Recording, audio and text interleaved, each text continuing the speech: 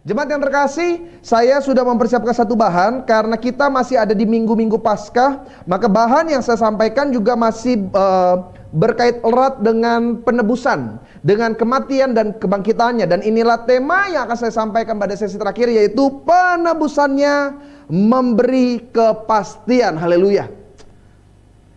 Saya percaya kekristenan itu memiliki kepastian ya karena kita punya Yesus yang mengalami pengorbanan besar. Pengorbanan Tuhan itu luar biasa, sampai-sampai apa yang tidak pasti menjadi pasti. Makanya saya akan bahas tema ini. Sebelumnya kita akan lihat dalam 2 Korintus pasal 4 ayat 7 sampai dengan ayat yang ke-10. Ini ayat dasar sebelum saya membahas keseluruhan dari tema yang sudah saya persiapkan. 2 Korintus pasal 4 ayat 7 sampai dengan ayat 10. Jemaat Tuhan yang gak pegang Alkitab, jangan khawatir, seperti biasa selalu ada di sebelah kanan dari saya di layar yang saudara lihat. 2 Korintus pasal 4 7 sampai dengan 10. Saya rindu jemaat Tuhan yang menyaksikan boleh ikut baca. Dan inilah firman Tuhan kita di hari Minggu ini. Perhatikan ayat yang ke-7. Tetapi harta ini, perhatikan, jadi Yesus atau keselamatan atau iman kita, Alkitab gambarkan sebagai harta. Perhatikan, tetapi harta ini kami punyai dalam bejana tanah liat, supaya nyata bahwa kekuatan yang melimpah-limpah itu, apa katanya Paulus, berasal dari Allah dan bukan dari diri kami. Ayat yang ke-8, dalam segala hal kami ditindas, namun tidak terjepit, kami habis akal, namun tidak putus asa, kami dianiaya, namun tidak ditinggalkan sendirian, kami dihempaskan, namun tidak binasa. Ayat 10 bersama-sama jemaat GBHMJ katakan, kami senantiasa, apa katanya, membawa kematian Yesus di dalam tubuh kami. Jadi ini bagian yang penting yang Paulus coba jelaskan kepada umat di Korintus, bahwa kami senantiasa dalam keadaan apapun dari ayat-ayat sebelumnya, kami senantiasa membawa kematian Yesus dalam tubuh kami. Supaya apa? Supaya kehidupan Yesus juga menjadi nyata di dalam tubuh kami. Salah satu pertanyaan yang paling sering ditanya sama jemaat Tuhan kalau kita masuk di Jumat Agung dan Paskah adalah mereka suka tanya gini, pendeta, benar gak sih waktu penyaliban itu yang disalib itu sebenarnya bukan Yesus? Saudara pernah dengar gak istilah-istilah pertanyaan seperti ini? Mereka bilang, Pak, katanya waktu disalibkan itu sebenarnya Yesus sudah naik ke sorga. Katanya yang disalib itu bukan Yesus. Nah, saya mau ingin kasih jawaban kepada setiap jemaat Tuhan begini. Memang ada pandangan-pandangan yang mempercayai bahwa proses penyaliban di Golgota itu bukanlah Yesus itu sendiri. Jadi ada pandangan bahwa ada yang mengganti. Walaupun kalau saudara lihat di kalender yang warna merah itu kalau Jumat Agung, jelas di situ ditulis wafat Isa Al-Masih. Tapi seringkali mereka beranggapan bahwa bukan Isa itu sendiri yang disalib, bukan Yesus yang disalibkan. Nah, mereka punya dasar dan alasan yang kuat serta masuk akal. Tetapi buat kita orang percaya, kita tetap beriman. Kita tetap meyakini bahwa proses penyaliban dilakukan oleh Yesus itu sendiri. Nah, pendeta, apa alasan? Apa yang menjadi faktor utama kita beriman dan percaya bahwa ketika disalibkan itu adalah Yesus? Ada 4 poin. Yang pertama, karena kita percaya tulisan firman Tuhan, Alkitab yang kita miliki adalah ya dan amin. Alkitab yang kita punya, setiap kata, kalimat, dan isinya itu ya dan amin.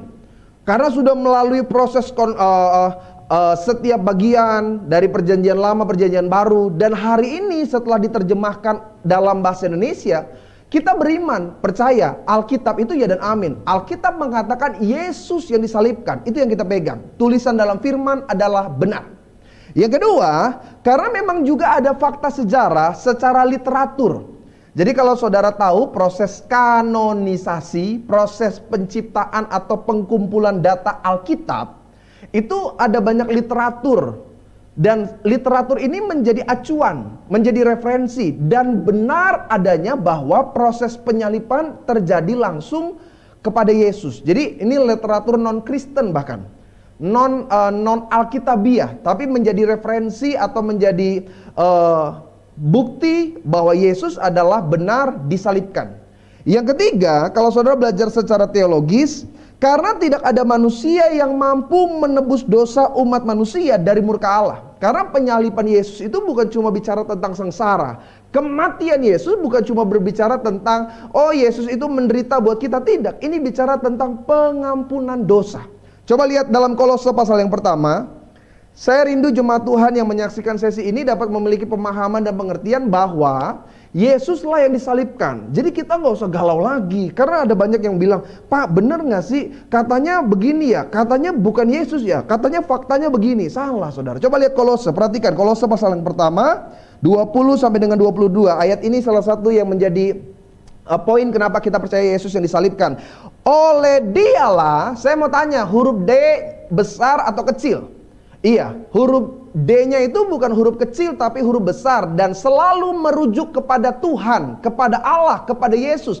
Dan oleh Yesuslah dan oleh Dialah ia memperdamaikan segala sesuatu dengan dirinya. Perhatikan. Dia memperdamaikan segala sesuatu dengan dirinya, baik yang ada di bumi maupun yang ada di sorga. Sesudah ia mengadakan perdamaian oleh darah salib siapa? Salib Kristus. Perhatikan lagi ayat berikutnya.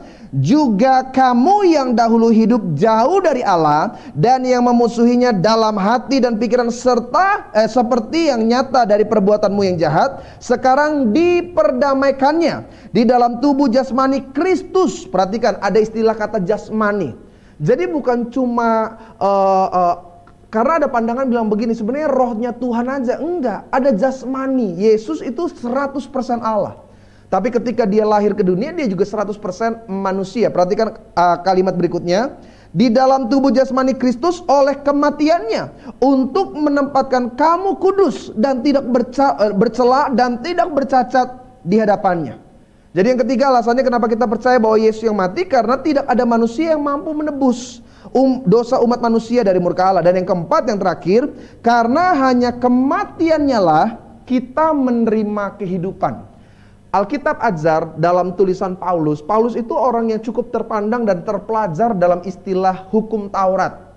Dan Paulus sendiri menulis bahwa tidak ada korban yang cukup layak untuk membuat kita terima penebusan. Makanya dalam Roma, lihat pasal 6, Roma pasal 6 ayat 23.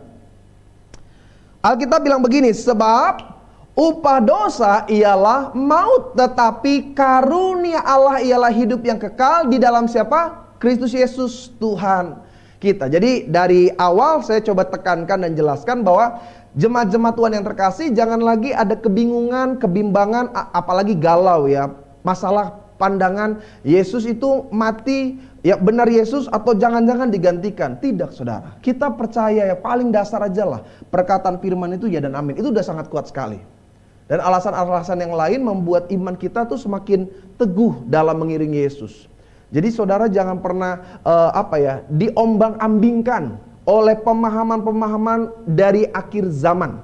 Saya rindu jemaat Tuhan punya iman yang teguh dan pasti di dalam kebenaran firman. Makanya kita memperingati Jumat Agung itu penting sekali. Saya di minggu lalu sudah tekankan bahwa tanpa kematian Yesus tidak ada kepastian. Makanya tema saya penebusan yang dilakukan oleh Yesus membawa kepastian. Kenapa kepastiannya? Kalau jemaat Tuhan suka dengar khotbah Paskah atau Jumat Agung, biasanya ada satu tema khotbah yang sering dibawakan oleh banyak hamba Tuhan. Judulnya itu 7 perkataan Yesus di atas kayu salib. Kata kalimat Yesus itu memiliki makna yang sangat luas. Tapi salah satu kata yang paling luas maknanya adalah kata tetelestai atau sudah selesai. Karena kalimat tetelestai ini menunjukkan bahwa saya dan saudara, kita ini udah lunas, kita sudah dibayar. Dan apa yang Alkitab katakan? Coba lihat 1 Korintus pasal 6 ayat 20. Saya mau kita hidup dalam kemerdekaan. Saya mau hidup kita dalam sebuah kepastian. 1 Korintus pasal 6 ayat 20. Perhatikan Alkitab bilang apa? Sebab kamu, sama-sama saudara yang di rumah, yang di rumah, di perjalanan, saudara yang lihat dari smartphone, dari smart TV, sama-sama baca. Katakan, sebab saya, sama-sama bilang sama saya, sebab saya sudah dibeli dan harganya, apa kata Alkitab? Dibayar lunas. Karena itu muliakanlah Allah dengan tubuhmu. Kita orang-orang percaya, orang beriman di dalam Yesus, kita ini udah dibeli, bahkan dibayar dengan lunas. Apa arti kata lunas? Lunas itu tidak ada lagi tanggungan. Lunas itu ya nggak ada bingung lagi, nggak ada khawatir lagi, nggak ada takut, nggak ada bimbang. Saya ambil contoh sederhana gini deh. Satu kali saudara diajak makan, teman saudara bilang gini, makan yuk. Di mana? Sabu Hatsi. Saudara tahu tuh nggak Sabu Hatsi? Atau yang mana yang saudara tahu? KFC. Lu levelnya naikkan dikit dong, ya kan? Solaria. Jangan, yang agak lebih mahal apa? Hanamasa deh, Hanamasa, ya kan? Hanamasa kan lumayan itu, kayak lumayan itu all you can eat, lumayan harganya, ya kan? Teman kita bilang begini, ayo kita makan Hanamasa. Atau jangan deh, yang lebih bagus deh, Saya pernah makan paling mahal itu di HI, Hotel Indonesia, ya kan? Kempinski, bukan Kempinski, Casadoro. Itu Casadoro tuh mahal sekali.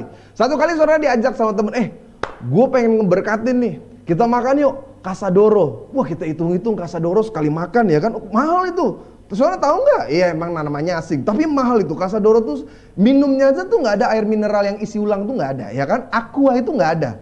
Di sana tuh minimal tuh yang modelnya botol beling itu mahal sekali. Pokoknya sekali makan minimal gope mah ada. 1-2 menu itu gope tuh ada, satu orang.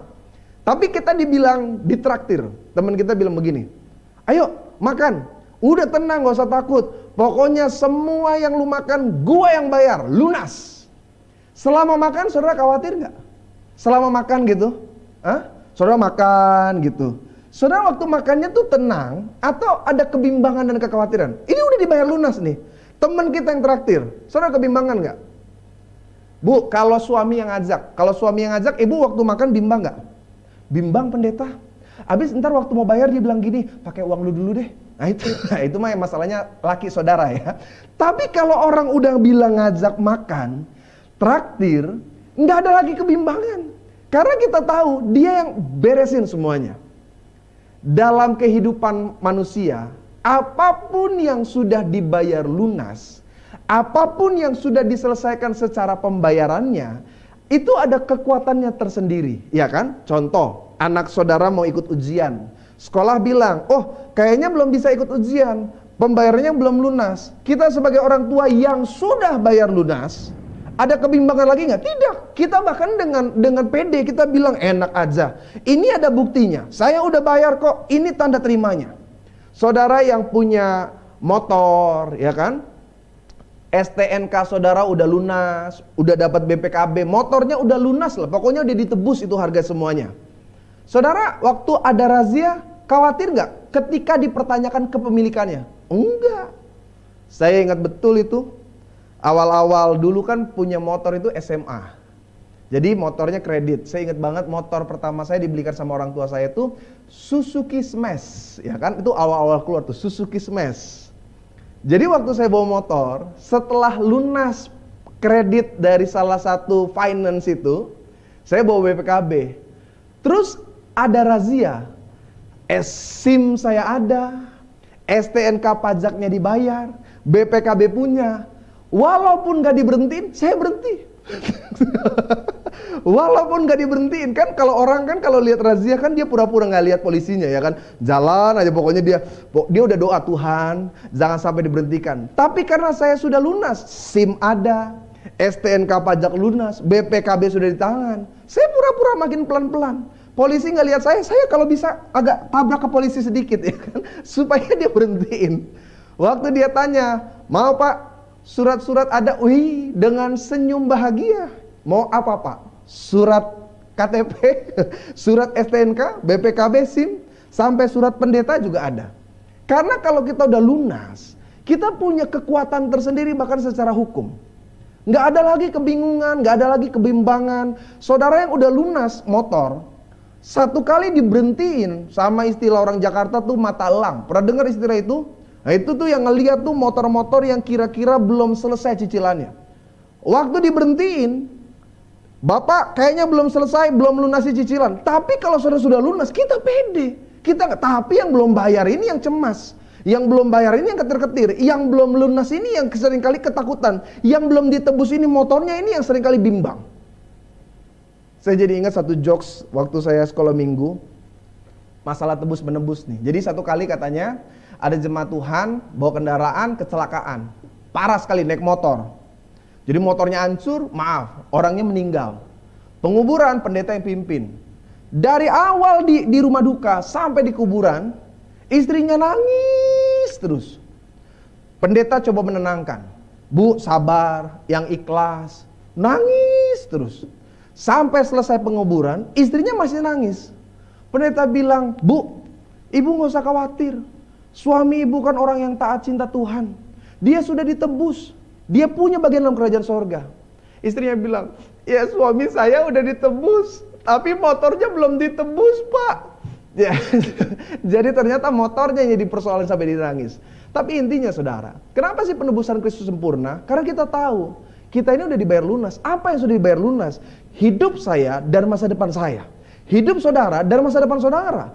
Apapun yang dalam konteks keadaan kondisi kita hari ini sudah ditebus selesai. Makanya kenapa di GBHMJ ketika kita perjamuan misalkan ada mujizat. Ketika kita perjamuan ada kuasa Tuhan terjadi. Karena memang kita mendeklarasikan apa yang sudah diselesaikan Tuhan di atas kayu salib. Waktu kita bilang begini, saya percaya jantungku sehat, jantungku sembuh. Saya mau tanya, ada mujizat nggak? Harusnya ada.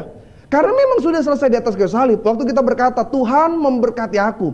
Apapun yang menjadi setiap kegagalan, setiap kerugian, bahkan setiap hal-hal buruk dalam hidupku, Tuhan ganti, Tuhan ubah menjadi keberhasilan. Kenapa ada mujizat? Jawabannya sederhana, karena memang Tuhan sudah bayar lunas segala sesuatunya. Itulah kenapa di GBHMJ kita selalu mengingat perjamuan itu setiap minggunya. Supaya kita klaim, supaya kita kembali mendeklarasikan apa yang Tuhan sudah selesaikan di atas kayu salib. Kenapa? Penebusannya memberi kepastian. Ada beberapa poin yang saya mau tekankan kepada setiap jemaat Tuhan. Kenapa penebusan Tuhan menjadi sempurna bagi kita? Karena dari awal dosa membuat manusia hidup dalam kebimbangan, ketakutan dan kecemasan. Orang kalau belum terima penebusan, waktu orang bilang begini, kenapa ya kamu gagal? Ya udahlah. Ya saya memang berdosa, saya hidupnya gak benar. Kenapa ya kamu sakit kok gak sembuh-sembuh? Ya memang saya gak sungguh-sungguh. Dia gak punya kepastian. Tapi orang yang hidup dalam Yesus, waktu dia gagal, waktu dia sakit, dia tetap punya pengharapan. Sekalipun dia belum lihat kesuksesan, sekalipun dia belum ada kesembuhan, tapi dia yakin. Dia bilang, aku percaya aku sembuh, aku percaya aku diberkati. Why? Karena kita tahu ada porsi kita secara hukum karena kita sudah dibayar lunas oleh Tuhan. Dunia ini kan penuh dengan kebimbangan. Dunia ini penuh dengan orang bingung. Berita-berita yang kita dengar ini bikin kita bingung. Saya 3 hari yang lalu saya nonton berita. Bukan nonton berita, saya baca berita.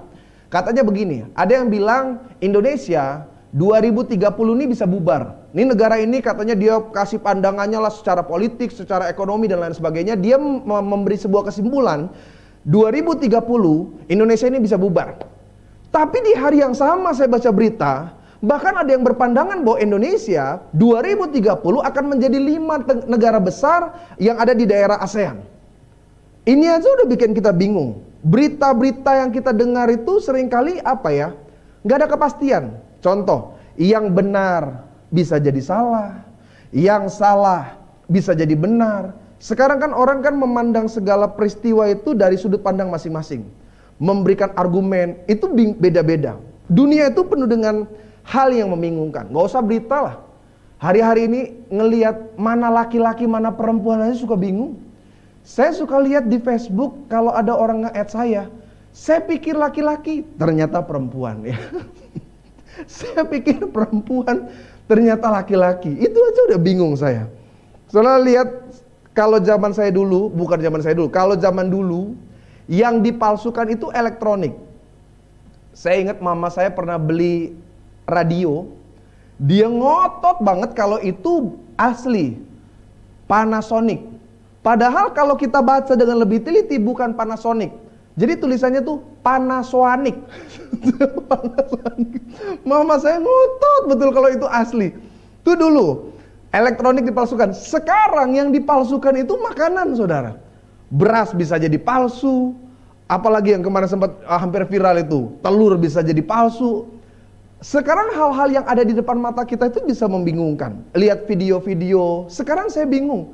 Setan itu sekarang jadi konten. Dulu kita lihat setan kabur, sekarang kita lihat setan yang kabur. Saya bingung loh, anak-anak muda sekarang udah kehabisan bahan kali ya untuk live streaming di Instagram, di YouTube, di TikTok. Sekarang mereka buat kontennya apa? Masuk ke rumah-rumah yang dianggap angker. Dulu mah kita kalau lewat tempat angker mah kalau bisa menghindar. Sekarang mereka masuk, bayangin ya kan? Saya lihat dulu beberapa bulan dulu, kalau review itu handphone, laptop, ya kan, benda-benda elektronik, TV, komputer dan sebagainya. Saudara tahu nggak sekarang review apa? Review setan.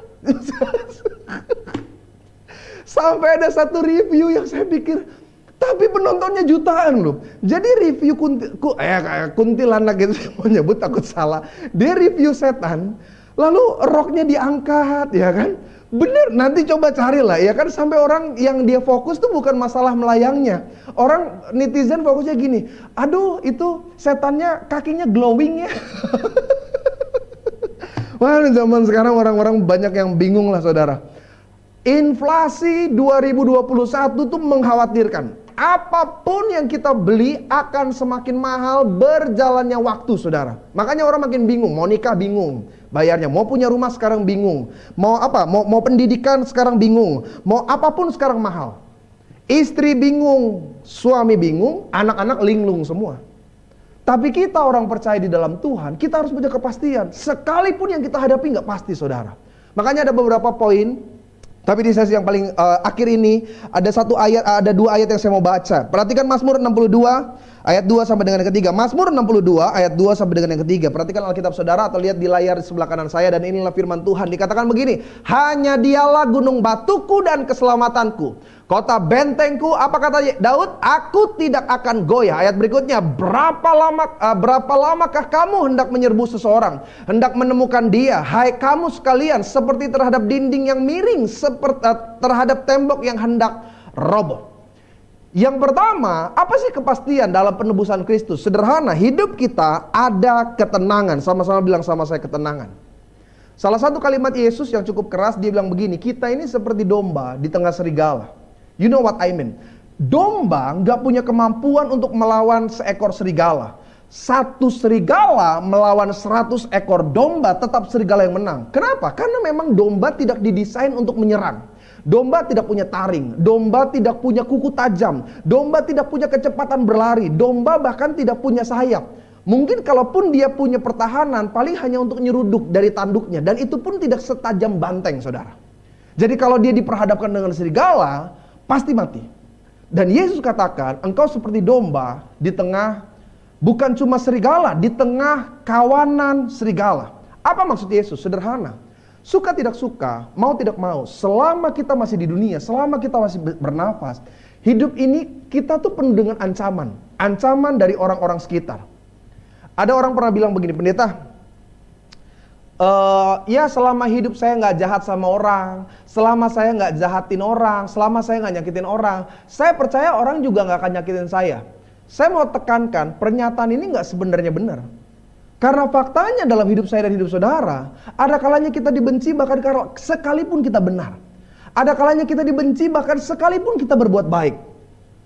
Kita bahkan bisa dibenci tanpa berbuat apapun, itu faktanya. Jadi hal yang paling bodoh selama kita hidup adalah coba menyenangkan hati semua orang. Satu-satunya yang coba kita senangkan Tuhan aja lah saudara. Kenapa? Karena cuma Tuhan yang memberikan kita kepastian. Dan salah satu kepastiannya adalah ketenangan. Hidup ini 2021, kalau saudara nggak punya ketenangan, bisnis kita bisa berantakan, rumah tangga kita bisa berantakan, bahkan pelayanan kita bisa ngaco. Kenapa? Nggak tenang. Ada ketakutan, kecemasan, dan kekhawatiran. Kita menjalani hidup tuh tanpa sebuah titik pasti gitu. Kalau kita mau pergi berjalan, kalau kita pakai Google Map, kita nggak bisa bilang terserah sama Google Map. Kita mesti ambil satu poin, koordinat tertentu kemana kita akan menuju. Dan orang bingung itu nggak punya koordinat dalam hidupnya. Orang bingung itu dia nggak punya kepastian tujuan. Dia cuma sekedar melangkah aja. Dia nggak punya arah mau kemana. Tapi orang-orang percaya di dalam Tuhan, saya mau katakan, Pak, Bu, engkau punya kepastian dalam kehidupan saudara. Kenapa? Karena kita menjalaninya dengan ketenangan. Mazmur 62 ayat 2 dan 3 yang tadi kita baca adalah salah satu mazmur yang cukup favorit. Makanya ayat dalam lagu ini seringkali jadi pujian ya, jadi sebuah penyembahan ya. Hanya dekat Allah saja aku merasa tenang. Daripadanya lah keselamatanku. Hanya Dia gunung batu dan keselamatanku. Saya paling senang lagu yang zaman dulu. Hanya dekat Allah saja aku tenang. Daripadanya lah keselamatanku. Hanya Dia gunung batuku. Hanya Dia kota bentengku. Aku tidak akan goyah selama-lamanya. Orang kalau nggak punya ketenangan, walaupun dalam tanda petik dia berkecukupan, dia bisa hilang apa ya? Hilang arah. 2015, ipar saya, dia punya teman, tinggal di daerah Karawang. Temannya ipar saya ini akhirnya masuk berita. Kenapa? Karena ditemukan di salah satu hotel yang ada di Karawang itu, di daerah Karawaci maksud saya. Cikarang, aduh dari tadi saya mikir di daerah mana. Cikarang 2015, nanti saya bisa searching berita di Google. Didapati bunuh diri di sebuah kamar hotel. Yang membingungkan adalah apa alasan dia akhirnya bunuh diri. Sampai akhirnya pihak kepolisian mencurigai bahwa tindakan bunuh dirinya ini adalah sebuah rekayasa dari pembunuhan. Karena tidak didapati alasan yang cukup kuat. Apa sih yang menjadi faktor pria ini bunuh diri? Padahal rumah tangganya bagus, pekerjaan jabatannya oke, gajinya ditanya sama istrinya aman, dia sama istri, anak-anak, orang tua nggak ada masalah. Tapi selidik demi selidik, ternyata istrinya bilang bahwa beberapa waktu sebelumnya suaminya tuh nggak tenang gitu. Dia coba mendekatkan diri dengan ibadahnya sendiri, dia coba mendekatkan diri dengan berdoa dengan keimanannya dia sendiri karena beda iman, saudara. Tapi intinya sederhana, dia nggak dapat ketenangan yang kuat. Dan apa yang terjadi? Bunuh diri, frustasi, stres, depresi. Akhirnya orang kalau nggak gila, bunuh diri, saudara. Saya rindu setiap kita jemaat Tuhan dari GBHMJ, Pak, Bu, anak-anak muda, siapapun saudara menyaksikan video streaming ini, hiduplah dalam kepastian Tuhan. Karena dalam Tuhan selalu ada ketenangan. Sama-sama bilang sama saya butuh tenang. Puncak itu, kalau long weekend, itu selalu dipadati oleh para pelancong. Kebanyakan dari Jakarta. Yang lucu begini, para pelancong sudah tahu bahwa perjalanan mereka itu akan diisi oleh kepadatan, perjalanan dan kemacetan yang cukup panjang. Tapi kenapa mereka tetap mau jalan? Apapun istilah rekreasi mereka, intinya cuma satu, mereka ingin cari ketenangan lebih daripada di Jakarta. Di Jakarta mereka bilang penat, sudah terlalu padat, bising dan sebagainya. Padahal sebenarnya di puncak juga sama, bedanya cuma satu, dingin aja, itu aja. Mereka ingin lihat pemandangan yang jarang mereka lihat di Jakarta. Tapi kan inti dasarnya mereka ingin dapat yang namanya tenang. Harga ketenangan itu mahal. Orang karena tenang bahkan sampai pakai obat-obat penenang khusus. Orang seringkali terikat narkoba bukan karena dia ingin ngefly-nya, bukan, dia ingin tenangnya, saudara. Kenapa ada orang minum mabuk? Jawabannya sederhana, bukan karena minumannya yang dia suka, harganya mahal. Kan ada orang bilang, pendeta pernah mabuk nggak pakai minuman keras? Saya bilang nggak pernah. Mereka tanya kenapa Pak? Dosa ya? Bukan, mahal. Nggak perlu pakai alkohol. Lu minum aja air mineral, banyak-banyak mabok juga. Kenapa orang minum? Kan minum itu sebenarnya nggak senikmat kelihatannya. Pertama ya, rasanya itu kayaknya masih enak Coca-Cola gitu. Saya nggak usah minuman keras deh. Bir aja, bir angker kayak bir bintang kayak ya kan? Kan kita udah pernah tes, maksudnya rasanya tuh nggak enak. Tapi kenapa orang masih mau? Ada orang yang sampai minuman kelas yang slok itu yang minum tuh kayak kopi dong, diseruput pelan-pelan ya kan. Kalau minuman keras kan enggak kan langsung. Ya gitu kan. Kok pendeta tahu? Lihat TV. Habis minum, paling begini-begini sebentar, ujung-ujungnya apa? Bangun besok pagi sakit kepala. Tapi kenapa mereka terus repeat, ulang terus? Karena dia nemuin titik ketenangan tertentu di dalamnya. Harga ketenangan itu mahal. Orang sampai berlatih kayak yoga, ya kan, meditasi, karena dia pikir ini yang mendatangkan ketenangan. Ketenangan paling utama hanya di dalam Yesus. Makanya lagunya bilang begini, ke gunung tinggi ku naik mencari damai. Ke lembah curam ku turun mencari damai. Namun akhirnya damai tiada ku dapati juga. Yang di rumah, kecuali hanya di dalam Yesus Tuhan. Makanya ketika kita punya banyak pergumulan, persoalan, waktu kita lipat tangan, tutup mata, dan kita panggil nama Yesus, ada perubahan emosional kita. Ketika kita dengar lagu rohani, ketika kita dengar kata-kata kalimat yang isinya adalah firman, seakan-akan masalah kita memang belum selesai, tapi minimal ada sebuah pengharapan yang teguh gitu. Ada ketenangan yang semakin melanggar. Why? Karena kita tahu Tuhan Allah memberi kepastian melalui apa? Penebusannya. Makanya di GBHMJ kita mengajak setiap jemaat, mari Pak, Bu, terima perjamuan kudus, terima tubuh dan darah Kristus. Supaya engkau ingat bahwa engkau sudah dibayar lunas. Sakit penyakitmu, persoalan ekonomimu, masalah dalam keluargamu, ketakutanmu akan masa depan sudah dibayar lunas di atas kayu salib. Penebusannya membawa kepastian. Kita satu dalam doa.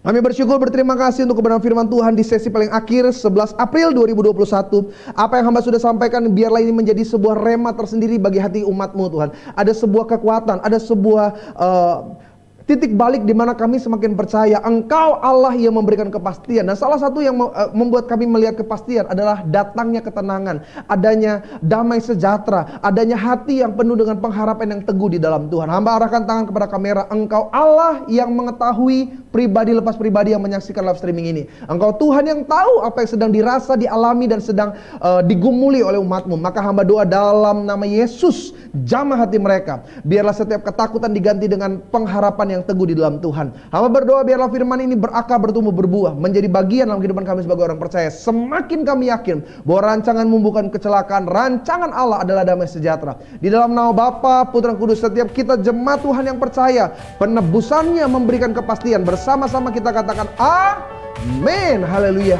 puji Tuhan.